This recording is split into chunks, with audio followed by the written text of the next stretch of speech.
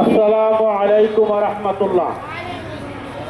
ঐতিহ্যবাহী Dhaka ideal citizen মাদ্রাসা কর্তৃক আয়োজিত আজকের এই মহান বিজয় দিবস উপলক্ষে রেলি উত্তর আজকের এই সমাবেশে উপস্থিত আছেন ঢাকা আইডিয়াল সিটিজেন মাদ্রাসার পরিচালনা পরিষদের সম্মানিত সদস্যবৃন্দ, ঢাকা আইডিয়াল সিটিজেন মাদ্রাসার সম্মানিত শিক্ষক শিক্ষিকাবৃন্দ, উপস্থিত আছেন সম্মানিত অভিভাবকবৃন্দ এবং আমাদের স্নেহের ছাত্রছাত্রীবৃন্দ সহ সম্মানিত এলাকাবাসী।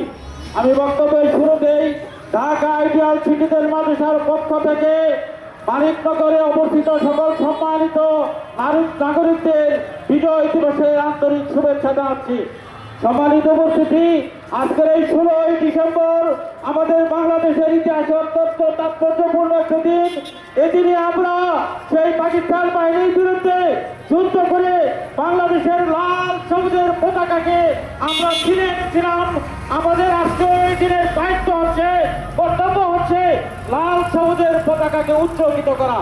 আমরা যদি এদেশের 18 কোটি মানুষকে আমরা যদি সোনার মানুষে পরিণত করে সত্যিকার অর্থে একটি কল্যাণকামী একটি রাষ্ট্রে যদি আমরা পরিণত করতে পারি, আমাদের গণতন্ত্রের দিককে যদি আমরা মজবুত করতে পারি, তাহলেই আমাদের সত্যিকার অর্থে আজকের এই স্বাধীনতা আমাদের সার্থক হবে।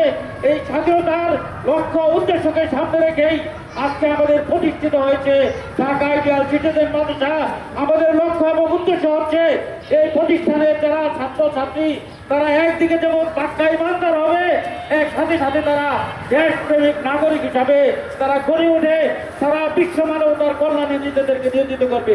সম্মানিত উপস্থিতি, আমি আর বক্তব্য লম্বা করছি না, আপনাদেরকে আবারও মহান বিজয় দিবসের শুভেচ্ছা জানিয়ে এবং ঢাকা আইডিয়াল সিটিজেন মাদ্রাসার অব্যাহত সফলতা কামনা করে এবং আমাদের বাংলাদেশ সারা বিশ্বের মধ্যে তার মান সম্মানকে আরো উচ্চকিত করবে এই প্রত্যাশা রেখে এবং এই মহান স্বাধীনতা যুদ্ধে যারা জীবন দিয়েছেন, যারা জীবন বাজি রেখে যুদ্ধ করেছেন, তাদের প্রতি গভীর শ্রদ্ধা প্রদর্শন করে একই সাথে 24-এর গণ অভ্যুত্থানে যারা জীবন দিয়েছেন তাদেরকে আল্লাহ তাআলা শাহাদাতের মর্যাদা কবুল করুক এবং যারা আহত হয়েছেন তাদেরকে আল্লাহ তাআলা শেফায়ে আজেলা শেফায়ে কামিলা দান করুক এবং তাদের স্বপ্ন পূরণে ঢাকা আইডিয়াল সিটিজেন মাদ্রাসা যেন যথাযথ ভূমিকা পালন করতে পারে সেই প্রত্যাশা ব্যক্ত করে আমি শেষ করছি। আসসালামু আলাইকুম ওয়া রাহমাতুল্লাহ।